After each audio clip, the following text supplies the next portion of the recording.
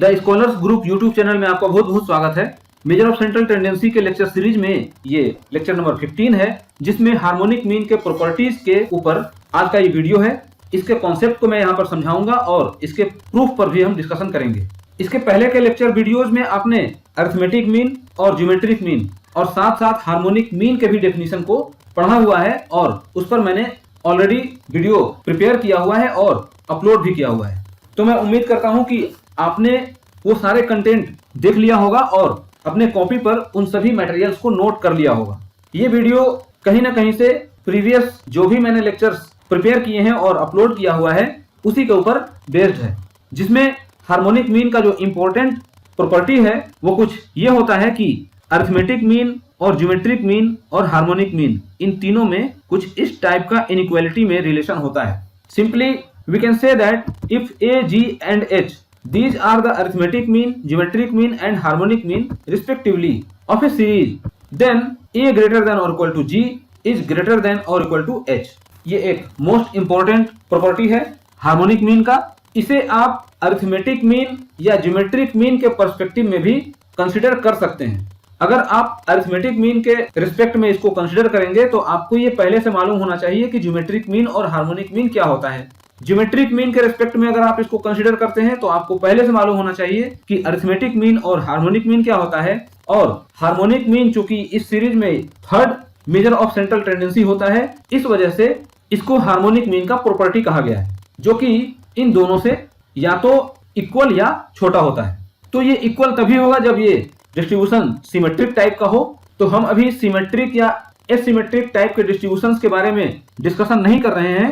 हम अपने आने वाले जो नेक्स्ट लेक्चर्स होंगे उसमें इस पर हम डिस्कशन करेंगे। फिलहाल आप इतना ही समझिए कि A ग्रेटर देन और equal to G is greater than और इक्वल टू H ये होता है। इसका प्रूफ बिल्कुल ही इजी है, आपको किसी भी बुक में मिल जाएगा जो एक अच्छा बुक होगा स्टैटिस्टिक्स का। इसको प्रूफ करने के लिए हम दो वैल्यूज कंसिडर करते हैं, x1 and x2 for the variate values x। For these two values A is defined as this, G can be defined as this and H will be this। अगर आपको याद हो लेक्चर नंबर 9 में मैंने geometric mean के total 4 properties को discuss किया था और प्रॉपर्टी नंबर 1 को प्रूव भी किया था। वहां प्रॉपर्टी 1 क्या था? A greater than G। क्योंकि हम उस लेक्चर तक ओनली ज्योमेट्रिक मीन को ही हमने पढ़ा था और हार्मोनिक मीन के इस लेक्चर्स में आने के बाद ये इनइक्वालिटी हो जाता है, जो कि मैं डिटेल में डिस्कस करूं तो यही है। तो अभी तक आप समझ चुके होंगे कि जब x1 x2 इन दोनों वैल्यूज को आपने डिफाइन किया और इसके बेसिस पर arithmetic mean, geometric mean and harmonic mean को फाइंड आउट किया, तो आपका नेक्स्ट जो स्टेप होगा वो ये होगा कि आप सबसे पहले a minus G find out करें और उसके बाद g minus H find out करें। तो a माइनस जी से हमें क्या मालूम चलेगा कि a ग्रेटर देन g होगा and this would be greater than 0। And G minus H से क्या मालूम चलेगा कि G ग्रेटर देन H है और इसकी वैल्यू ग्रेटर देन 0 है। That's why we can say G greater than H। तो इन तीनों डेफिनेशंस के अकॉर्डिंग A माइनस जी और G माइनस एच आप फाइंड आउट करेंगे और फाइनली आपको रिजल्ट मिल जाएगा। तो यहाँ A minus G is equal to क्या है? A की वैल्यू ये है और G की वैल्यू ये है। इसको जब आप कैलकुलेट करेंगे तो A minus G is equal to कुछ ये आएगा, under root x1 minus under root x2 to the power whole square is greater than 0। That's why we can say that A greater than or equal to G। Similarly G minus H, यहाँ पर G की value है और ये H है। यहाँ से algebraic treatment यहाँ इसके साथ करेंगे तो यहाँ से under root x1 into x2 और डिनोमिनेटर से x1 प्लस x2 ये कॉमन लेने के बाद अंदर में कुछ क्वांटिटी इस टाइप की आएगी जो कि under root x1 minus under root x2 का होल स्क्वायर होगा।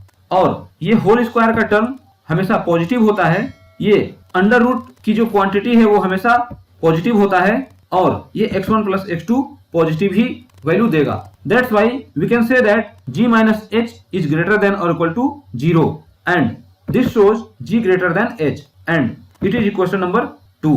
इक्वेशन 1 क्या था? A minus G equal to 0 and this shows here A greater than G, equation 1।